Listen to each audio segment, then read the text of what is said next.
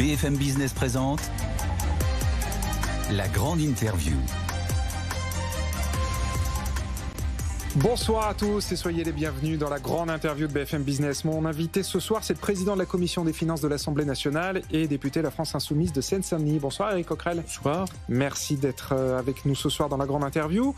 Je vous ai invité pour avoir votre réaction à la publication de l'INSEE ce matin de la vérité des chiffres, des comptes publics pour 2024. On sait maintenant à quelle sauce on a été mangé l'année dernière, déficit, dette. On va bien sûr revenir sur ces chiffres-là qui sont bien sûr très importants, mais je voulais d'abord vous faire réagir au départ d'Alexis Kohler. On l'a appris il y a quelques minutes. Le secrétaire général de l'Élysée va quitter son poste au mois d'avril. Quelle est votre réaction ? Bon, c'était attendu, donc j'ai pas vraiment une surprise. C'était murmuré depuis longtemps. Très clairement, c'est une sorte de vice-président qui s'en va quelque part et qui a eu un rôle de directeur de cabinet très interventionniste, y compris, c'est ce que la commission d'enquête que je préside a montré, vis-à-vis des affaires gouvernementales. Je rappelle, commission d'enquête sur le dérapage des comptes publics. Voilà. Donc on voit qu'il est intervenu souvent sur la politique budgétaire, qui normalement est la prérogative du gouvernement, responsable devant le Parlement. On sait qu'il a eu une place très importante et donc une grande responsabilité aussi dans la politique menée que je juge négative. Oui, non mais enfin ça c'est un secret pour personne. Effectivement, Alexis Kohler, c'est le numéro 2 voilà. de l'Élysée. Est-ce que du coup, avec son départ, vous considérez qu'il peut y avoir un changement de cap économique ? Non, aucun.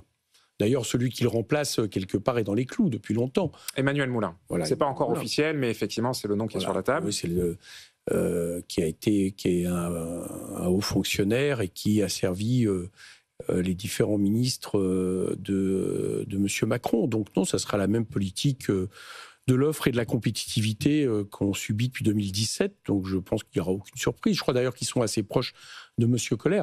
Alors j'ai cru comprendre que M. Kohler partirait peut-être vers une banque. Oui, tout à fait, la Société Générale, en l'occurrence. Moi, je suis vraiment pas très adepte des questions de pantouflage et d'aller-retour entre le privé et le public. Surtout comme après vous ça vous poserait problème qu'Alexis Kohler aille rejoindre la Société Générale ? Je préfère très clairement qu'on soit dans la haute fonction publique. Je ne vois pas, contrairement à certains, l'avantage d'aller voir dans le privé. Surtout qu'en plus, en général, ces gens-là reviennent après dans le public avec un carnet d'adresses fait dans le privé. Voilà. Donc mais ça c'est annexe. Monsieur Kohler part et je pense qu'il est, je vous le dis, pleinement responsable de la politique économique menée dans ce pays depuis maintenant 2017. Alors je vous ai dit vice-président, on pourrait peut-être aussi dire vice-premier ministre quelque part. Donc voilà, c'est évidemment un pion important de la politique de M. Macron qui s'en va. Et donc ce remplacement attendu par Emmanuel Moulin, là aussi un proche de la Macronie, je rappelle, ancien directeur de cabinet de Bruno Le Maire, ancien directeur de cabinet de Gabriel Attal, il a été patron du Trésor, c'est peut-être quelqu'un que vous avez un peu plus côtoyé. Je l'ai côtoyé, notamment il est venu à la commission d'enquête que je préside en ce moment, donc je ne le connais pas plus que ça. Ce que je constate simplement, c'est que, on en parlera peut-être tout à l'heure, mais vous savez qu'il y a la commission d'enquête, il y a différents débats pour juger des écarts de déficit de 2024, et notamment ceux qui en gros disent, c'est pas du tout la responsabilité des politiques n'est pas engagée, des gouvernements, c'est des problèmes de méthode technique, ce qui est pratique, mais on s'aperçoit que à la tête de ces administrations, finalement, c'est des gens qui sont très, très politiques et très liés politiquement en termes de politique menée à leur ministre. Donc il n'y a pas comme là, ça. Vous parlez d'Emmanuel Moulin, en l'occurrence. Je parle d'Emmanuel Moulin, mais qui a eu un rôle important par rapport au patron du Trésor. Voilà, par rapport au service dont nous parlons. Donc en fait, il n'y a pas comme ça une déconnexion, c'est-à-dire que M. Moulin agit sur une politique qu'il partage, et de ce point de vue-là, je n'ai pas pour moi de dissociation entre les souhaits des ministres politiques et puis ceux qui... une partie de ceux en tout cas, parce que c'est pas vrai de tous les fonctionnaires et tous les administrateurs, loin de là. Moi, je le constate tous les jours dans ma commission des finances, mais ceux qui, comme lui, ont en réalité une place politique. Ouais. Alors, on va revenir évidemment sur ce sujet, sur votre commission d'enquête, mais d'abord, ce chiffre de l'INSEE, c'était la raison pour laquelle je vous ai invité ce soir. Finalement, l'INSEE nous dit, et les ministres l'avaient laissé sous-entendre la semaine dernière dans une audition au Sénat, c'est un petit peu moins catastrophique que prévu. On attendait 6%, finalement c'est 5,8% de déficit cette année, l'an dernier, 2024. Est-ce que pour vous, c'est le signe timide que les nouveaux patrons de Bercy reprennent un petit peu la main sur nos comptes ? Non, parce que là on parle de 2024. Oui. Donc les patron de Oui, mais Bercy. Bruno Le Maire est parti à l'été. Oui, Après, il y a eu je crois que ça n'a... Michel Barnier. Non. Il y a eu... Ça n'a pas de rapport. La question, elle est assez simple. C'est qu'on passe donc de 42 à 42 milliards, pardon, de 48 à 42 milliards d'euros. Et en fait, vous savez d'où vient la différence, et c'est documenté. La différence vient notamment du fait que les dépenses des collectivités ont moins augmenté que ce qui était dans les prévisions de juillet. Donc en fait, au moment où on a annoncé le 6%, donc, alors il y a aussi les recettes de la Sécu qui ont été un peu meilleures, mais ce que ça montre simplement, c'est que les prévisions pour essayer de pointer du doigt la responsabilité des collectivités, elle était totalement surgonflée. Ça n'a pas empêché une croissance des dépenses des collectivités largement supérieure à toutes les autres sphères et à l'inflation. Non. Quasiment 5% de hausse des dépenses. Oui, mais alors, en termes de fonctionnement, vous savez très bien que les collectivités ne peuvent pas faire de déficit, contrairement à l'État, vous savez, et que la plupart des augmentations en réalité de ces dépenses sont des dépenses contraintes. Par exemple, relative au point d'indice des fonctionnaires qui est décidé par l'État par rapport, par exemple, sur certaines choses qu'ils ont à traiter mais qui n'est pas décidé par eux. Donc il y a de plus en plus dans leur fonctionnement en réalité de dépenses contraintes qui ne dépendent pas de leur bon vouloir. Autrement dit, c'est une manière pour l'État de sous-traiter son austérité. Voilà, c'est-à-dire qu'il prend des décisions pour les collectivités les appliquent, et évidemment, elles dépensent plus, puisque ce qui a été prévu par l'État va dans ce sens. Et je vous ferai remarquer que la dette des collectivités, depuis 1995, elle est de 9%, elle n'a pas varié. Donc, je trouve que les collectivités ont bon dos. Ce que je sais, c'est que pour les départements, la situation est catastrophique, parce qu'en réalité, justement pour suppléer notamment la baisse des dotations globales de l'État, mais aussi la baisse des DMTO qui sont sur les transactions financières, elles ont des notaires, elles ont quasiment mangé tout leur épargne. Voilà. Ce qui fait qu'il n'y a pas très longtemps, on a auditionné Départements de France dans ma commission, le membre de la commission d'enquête, qui prévoit d'ici 2027, si rien n'est fait en termes de recettes, des départements qui seront en cessation de paiement, c'est ça qui est risqué. Donc du côté des départements, ce qui est écrit est faux, et du côté alors d'abord, il ne faut pas globaliser, parce que toutes les communes ne sont pas sur le même niveau, mais pour le coup, leur dette n'est pas très importante. Pour le coup, je vous ferai remarquer que dans cette augmentation, fort heureusement, il y a une grande part d'investissement. Et je vous rappelle que dans l'augmentation de l'investissement depuis 2017 en France, c'est surtout l'investissement public qui augmente. L'investissement privé baisse, contrairement à ce que peut dire le gouvernement. Et dans l'investissement public, c'est 70% des collectivités qui l'assurent. Donc, si on pense qu'elles dépensent trop au niveau de l'investissement, notamment en matière écologique, tout ça va nous amener une catastrophe parce que c'est elles qui sous-tendent l'investissement. Donc, je ne partage pas du tout la responsabilité. Et pour revenir au début de ma discussion, on avait dit que c'était 16 milliards en plus. En fait, ces chiffres, c'était n'importe quoi. Et la baisse... 16 milliards en plus de hausse de dépenses. Oui, c'était en juillet, on avait dit, le gouvernement avait dit, ils sont responsables pour 16 milliards de plus que nous avions prévu de dépenses. Alors on s'aperçoit que d'abord les prévisions voulaient rien dire, mais on s'aperçoit que avec ces chiffres-là, en réalité, ce n'était pas vrai. Donc, c'est pas étonnant que ça baisse, du coup. Alors là, c'est une nouvelle illustration, effectivement, de la bataille des chiffres et du fait que tout le monde s'y perde dans les prévisions. Vous en parliez tout à l'heure. Il y a une polémique assez forte qui vous oppose depuis quelques heures au rapporteur du budget, Charles de Courson, au député macroniste aussi, en tout cas, Ensemble pour la République, Mathieu Lefebvre, là-dessus, puisqu'une commission d'enquête est en cours, et même a fini ses travaux, bientôt rendre ses conclusions. Eux disent, l'un comme l'autre, que c'est une faute technique, une lourde faute technique qui fait qu'on a eu ces dérapages.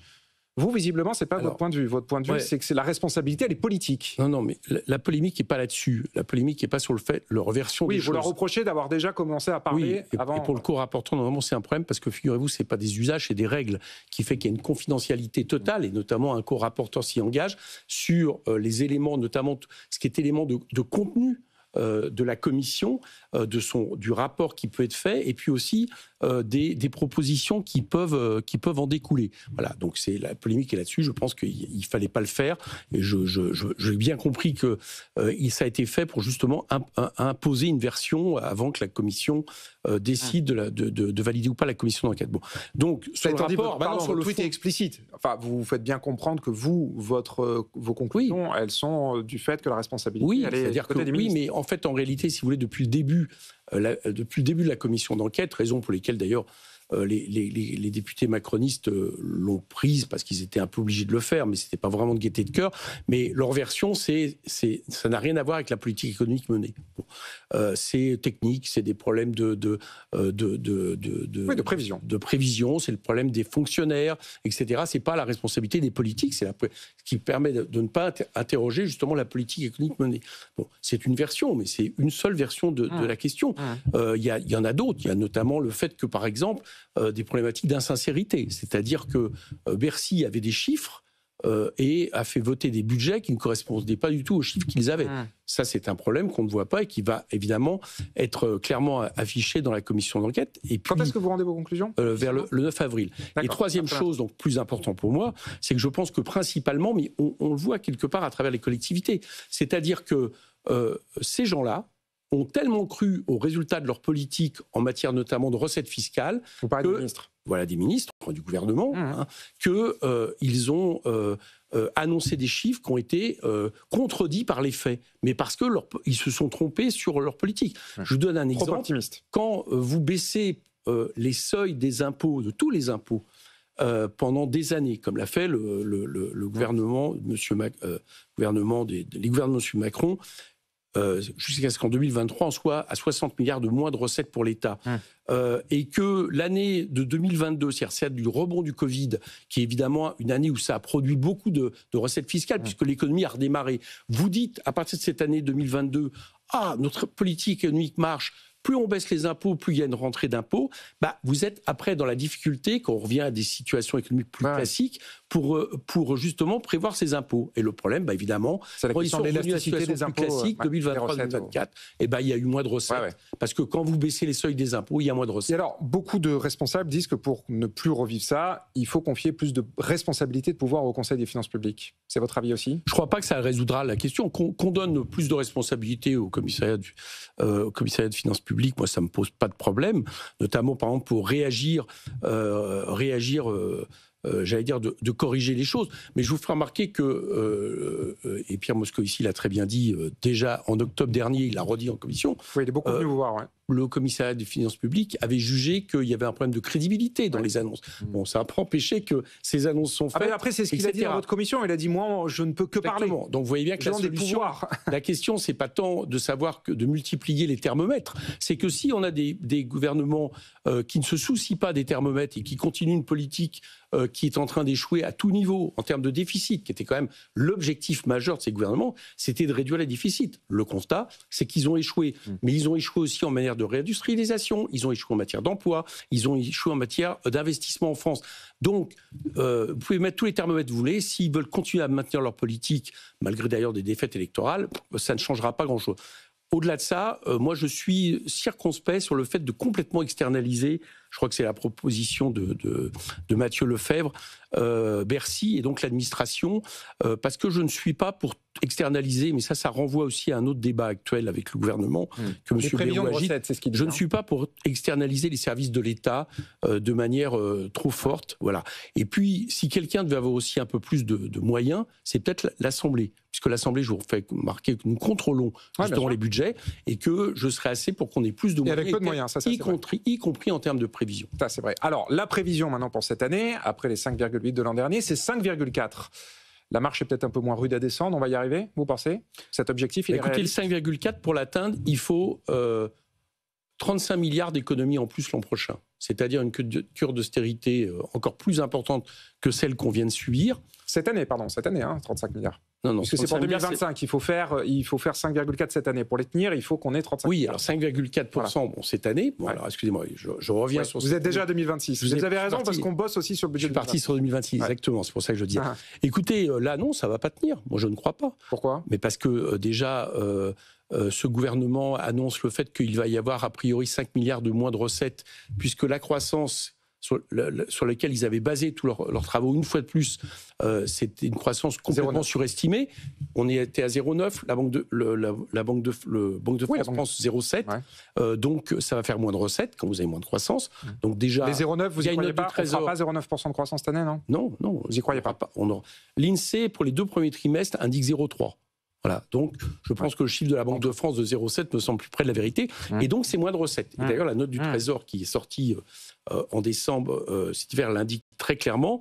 Elle indique 5 milliards de recettes en moins. Donc, déjà 5 milliards. Ouais. Vous allez avoir, en réalité, en plus, la situation économique, notamment avec la politique menée par M. Trump, dont on ne connaît pas les résultats. Donc, je vous le dis à l'avance, je pense que le budget que nous avons voté va être révisé comme il a été révisé les autres années. Alors, je ne sais pas s'ils vont le faire par un projet de loi de finances rectificative qui a au moins l'avantage d'interpeller le gouvernement et d'être plus démocratique, mais le désavantage pour eux, c'est qu'ils n'ont pas de majorité, ou s'ils vont essayer de passer, l'an dernier, il y a mais d'une manière ou d'une autre, vous verrez qu'ils vont rectifier leur budget, ce qui est évidemment mais alors, un problème. Justement, pour corriger le budget un peu au fil de l'eau et en temps réel, ce qu'ont annoncé Éric Lombard et Amélie de Montchalin, c'est que dorénavant, ils allaient vous convoquer assez régulièrement pour faire le point. C'est ce qu'ils appellent un comité d'alerte sur les comptes publics. La première réunion, ce sera le 10 avril. Est-ce que déjà vous saluez, enfin sur le principe, vous saluez cette initiative de Bercy ? Non. Non, pourquoi ? Mais parce que moi, ils veulent faire un point régulier avec vous tous les 3 mois. Voilà, donc c'est bien, ils veulent faire pas avec nous. Ah bah vous êtes conviés, vous êtes conviés. On est conviés. Comme vous dites, les parlementaires, c'est-à-dire le Parlement qui est censé contrôler et voter sur le budget, fera partie d'une espèce d'aéropage, c'est important. On aura la Cour des comptes, on aura les collectivités territoriales, on aura la sécurité sociale, tout le monde, dans une espèce de grand-messe. Vous imaginez bien que ça, c'est pas des réunions de travail, ça, c'est des réunions où on va vous donner des informations, mais je ne vois pas où est le côté, j'allais dire, interactif et qui puisse réagir par rapport à ce qui est annoncé. Donc c'est pour ça que je vous dis, à mon avis, on est loin du compte de ce qu'il faudrait faire. Moi, je ne suis pas contre des réunions fréquentes, mais à ce moment-là, avec les parlementaires qui ont un rôle spécifique, qui est de voter le budget, même si on n'a plus le droit de le voter depuis 2 ans, puisque ça passe par 49.3. Et puis, peut-être aussi nous donner... au niveau de la Commission des finances, moi je les réclame, par exemple les notes du Trésor, qui sont des notes qui commencent un peu à filtrer, tellement on pousse à les avoir, mais qui permettent des fois de corriger ils vont peut-être plus partager de choses avec vous. C'est l'objet de ces réunions. Peut-être que là, ils vont partager. Je ne suis pas sûr que ces informations-là vont être corrigées. Donc, pour résumer, cette réunion, ça ne me pose pas de problème, j'irai, etc. Vous irez. Mais je pense... Oui, moi je suis président de la Commission des finances, donc je suis républicain, je vais où quand Bercy me demande de venir, et l'inverse c'est vrai. Quand Bercy nous demandons qu'ils viennent, ils viennent. Et d'ailleurs, ils seront là le 15 avril en audition pour justement sur à la fois les conclusions de la commission d'enquête et puis... Le 15 avril Oui, le 15 avril. Parce que c'est aussi le jour de la conférence des finances publiques de François Bayrou. Ah bah écoutez, c'est très bien, mais le 15 avril, ils seront dans notre commission, et le 16 avril aussi, puisqu'il y a le programme de stabilité qui est présenté, qui va aussi fixer pour les années à venir les budgets. Voilà, donc on va beaucoup les voir. Et moi, je crois plus à cet élément, j'allais dire, de débat, parfois de confrontation, c'est normal, c'est la démocratie, avec l'Assemblée nationale, que des aéropages un peu larges, où vous donnez des informations sans être souvent contredit. Bon, vous parlez tout à l'heure du budget 2026, parce qu'effectivement, là aussi, le gouvernement bosse dessus. Sophie Primas, hier, a expliqué que la préparation de ce budget est un cauchemar. Est-ce qu'elle a trouvé le bon mot pour parler Je trouve que sa sincérité, c'est un cauchemar pour les citoyens, ça c'est clair. Pourquoi c'est un cauchemar ? Parce qu'ils annoncent 35 milliards de plus. Enfin de dépenses nouvelles, en moins. Nouvelles économies. Voilà. Principalement, manifestement, sur la sécurité sociale, principalement sur les collectivités territoriales, ce qui explique pourquoi il y a toute cette discussion. On ne sait pas pour l'instant. En tout cas, c'est les informations qui filtrent et qui sont données dans les différents interviews par Bercy. Et je pense que c'est pour ça, d'ailleurs, que Jean-René Cazeneuve a fait un rapport sur cette question pour montrer qu'il dépensait trop et que là, il y avait de l'argent à récupérer.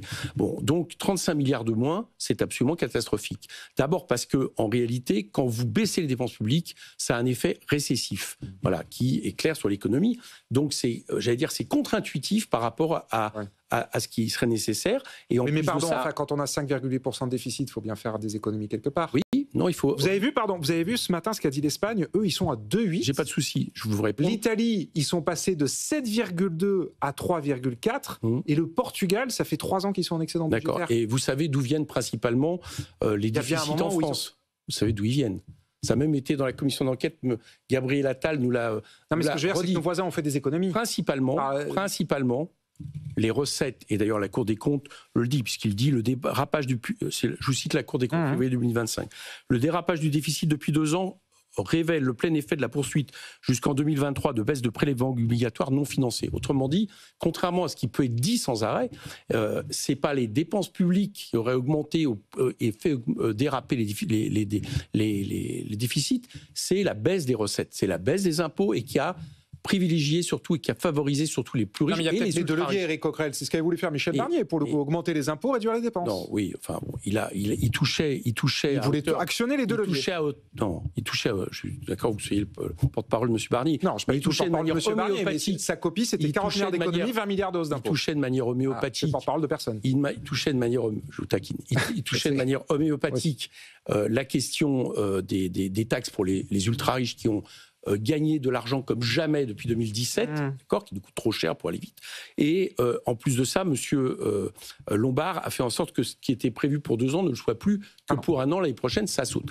Donc, je vous le répète, la question en France du déficit vient principalement du fait qu'on a abaissé de 60 milliards les moyens de l'État, que ces 60 milliards viennent surtout au service des plus riches, vraiment des ultra riches, mais à hauteur de plusieurs dizaines de milliards pour ceux-ci, et que si on veut réduire le déficit et en plus dégager des marges, par exemple pour la transition écologique, on veut le faire surtout pour les dépenses militaires, on va en parler, eh bien il faut faire en sorte que l'État, je retrouve ses marges en matière de recettes principalement. Alors vous parlez de la défense, on s'est vu la semaine dernière, c'était pile il y a une semaine justement, un jeudi, au Grand Raoult organisé entre les investisseurs à la place de Paris et les industriels de la défense qui ont besoin de relancer leur activité pour faire en sorte que le pays se réarme. Et Sébastien Lecornu vous a dit, à vous et à toutes les personnes présentes, s'il y a bien un sujet qui doit faire consensus dans le pays, c'est celui-là. Ouais, il n'a pas dit ça. Il n'a pas dit ça. Il m'a cité. Il a dit s'il y a bien. Oui, voilà. Il m'a cité, mais il m'a cité sur la question du fait que la France ne soit dépendante de personne en matière d'armement. C'est vrai. Vous avez raison. Vous avez raison. Voilà. Je précise parce que sinon on va. Non, mais derrière, ça veut dire qu'il faut qu'on se réarme. Il n'y a pas de souci. Sur cet aspect-là, il n'y a pas de souci. C'est-à-dire si l'idée, c'est que la France ne soit plus dépendante notamment des États-Unis pour sa force de dissuasion, ce qui est encore le cas, hein, les catapultes sur le porte-avions et de technologie américaine. Bon. Donc si c'est ça la question, oui, et dans ces cas-là, il faut regarder j'allais dire de manière ligne par ligne, ce qui est nécessaire. Bon, il faut regarder si la loi de programmation militaire, par exemple, qui a été adoptée, qui fait à peu près 3 milliards de plus d'augmentation militaire par an, est-ce que ça répond ou pas à ça? Bien. Mais le problème ce qui nous est mis sur la table, ce n'est pas ça. C'est qu'on nous dit qu'on va augmenter les dépenses militaires. Alors vous remarquerez qu'entre les annonces et ce qui est pour l'instant sur le papier, on en est loin, heureusement d'ailleurs. C'est-à-dire que on nous a dit on va mettre 100 milliards en 2030, ce qui voudrait dire 10 milliards de plus que la loi de programmation militaire par an. Et en réalité, vous étiez comme moi à cette réunion à Bercy, pour l'instant, on en est à une augmentation seulement de 3 milliards d'ici 2030, donc à peu près même pas 1 milliard par an. Donc on est loin de ce qui est annoncé. J'allais dire heureusement, parce que je pense que c'est pas ça l'urgence pour le pays.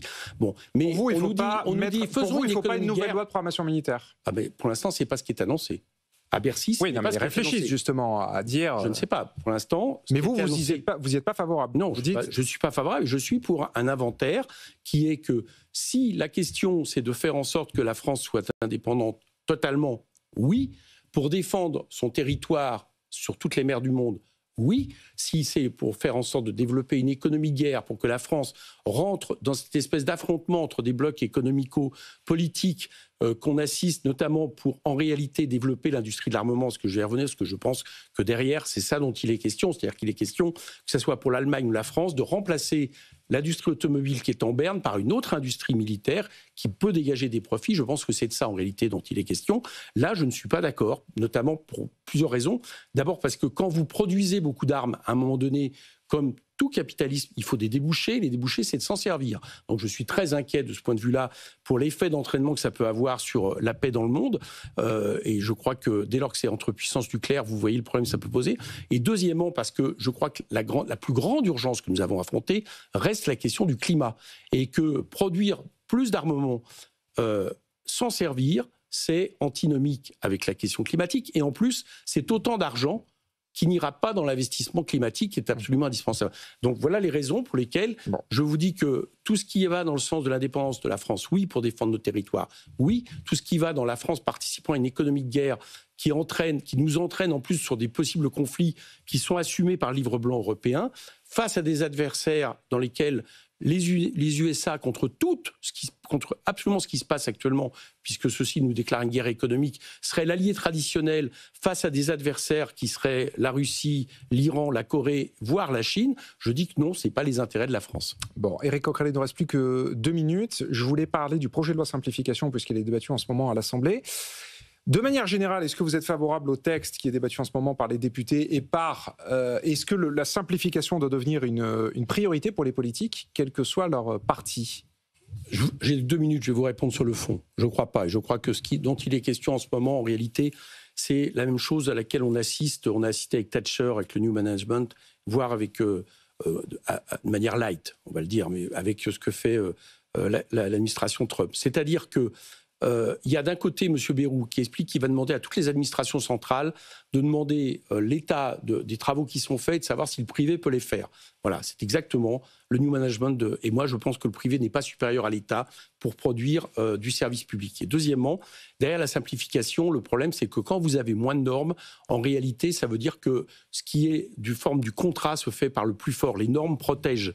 Elles ne sont pas seulement des choses pour gêner les Français, c'est des normes écologiques, sociales qui rapportent parce que la déréglementation coûte cher. Et je me méfie beaucoup d'espèces d'ultralibéralisme qui entend en réalité tout déréguler, qui entend faire en sorte qu'il y ait moins de normes, qui entend faire en sorte qu'il y ait moins de règles. Vous êtes sûr qu'on parle de la même chose là? Oui, je parle de la même chose. Je pense que c'est ça. Déréguler, simplifier, c'est pas forcément toujours pareil. Mais je parle de la même chose. Je parle sur le fond. Par exemple, le test PME, qui est une mesure de bon sens que réclament les petits patrons depuis Mathusalem, c'est la mesure la plus importante pour eux. Finalement, elle a été retoquée notamment par LFI, mais par tous les bords aujourd'hui à l'Assemblée.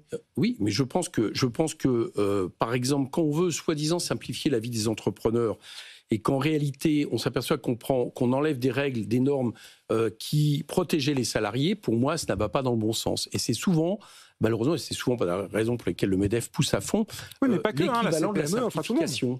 L'implication, je vous dis, à mon avis, ce qui est derrière sur le fond, c'est moins d'État, moins de fonctionnaires, alors qu'on a plutôt souffert de ça depuis quelques années, et d'un côté, moins de régulation, et c'est la règle du plus fort dans ce cas-là qui l'emporte. Toute dernière question. Comme je n'ai que 2 minutes, je vous réponds là-dessus. Ouais, non, mais le message est passé, il est très clair. En 30 secondes, même pas, Éric Coquerel, on se rapproche de la date anniversaire de la dissolution.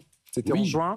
Quel est votre cap politique à la France Insoumise? Est-ce que vous voulez que le président est-ce que vous voulez provoquer une nouvelle dissolution? Oui.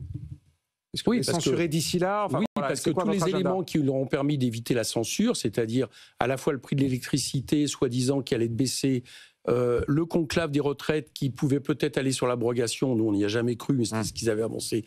Le budget je vous le dis, qui va être plus régressif que ce qui a été voté, tout montre qu'en réalité, tout ça a été donc vous dites que le président doit redissoudre la censure dès que possible. Donc d'abord, nous, on va essayer de favoriser le fait qu'il y ait une censure le plus rapidement possible de ce gouvernement. Le PS est toujours dans le jeu. Le PS est toujours dans le jeu. Et qui est une arnaque. Les ponts seront rompus avec eux. Écoutez, on verra bien. La responsabilité du PS est importante. On sait qu'on a besoin d'eux. Je pose la question. On sait qu'on a besoin d'eux. Nouveau Front Populaire. On sait qu'on a. Non, la question n'est pas là. Pour l'instant, on sait qu'on a besoin d'eux pour la censure. On sait qu'on a besoin d'eux pour la censure. C'est grâce à eux qu'il n'y a pas eu la censure.